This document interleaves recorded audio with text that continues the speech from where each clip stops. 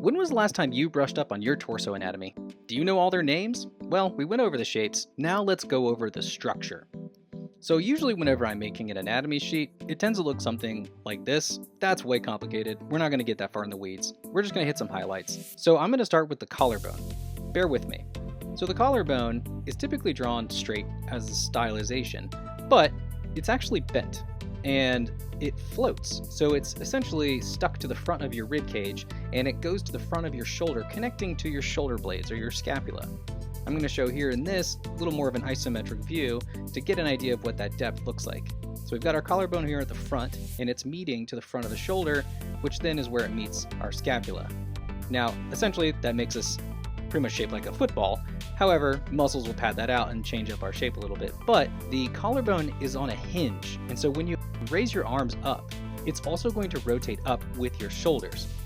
Very good information to know whenever you're drawing characters, that the collarbone goes up when arms are up and it's down when you're laying down. So here are the muscles. There's no way you can avoid it. You gotta talk about it. I'm gonna hit them real fast, and you can screenshot it if you wanna look at it later. So here we have the pecs, the major and minor, where they connect to the humerus. And then you've got my rib cage, which is my serratus, wraps around my ribs. I've got my latissimus dorsi wrapping around that. I have my rectus abdominis for my abs. I have my external obliques. They protect all of your squishy guts. And the same thing here, latissimus dorsi, my pecs, major and minor, my serratus, my external obliques, and my rectus abdominis. I cap them both off with the deltoid because everything works together, but for the sake of isolating, this is what they are. These are your major groups. These are the ones that you see on the surface of the skin most often, so these are the most important ones as an artist for you to know. Moving on to what seems very much like a no-brainer. Muscles move. So we are not static objects. Whenever we move, our muscles are going to respond to that, so they're going to stretch. So if I have this position where my arm is up, it's going to pull my pec with my arm, and my other arm that's relaxed is not going to pull. It's going to be relaxed and it's going to let gravity affect it.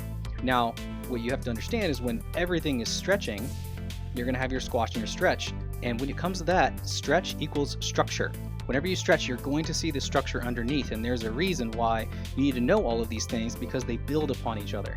So here, if I have a character that's leaning forward, the stretch is actually on the back between the shoulder blades, and the squash is up front for the pec muscles. The interesting thing about the pec muscles is that they're flexed when they're stretched or squashed like that. So it's really good to know these things and to just understand how the whole body works together as a whole. Now stick around, there's more to come. We're really just scratching the surface.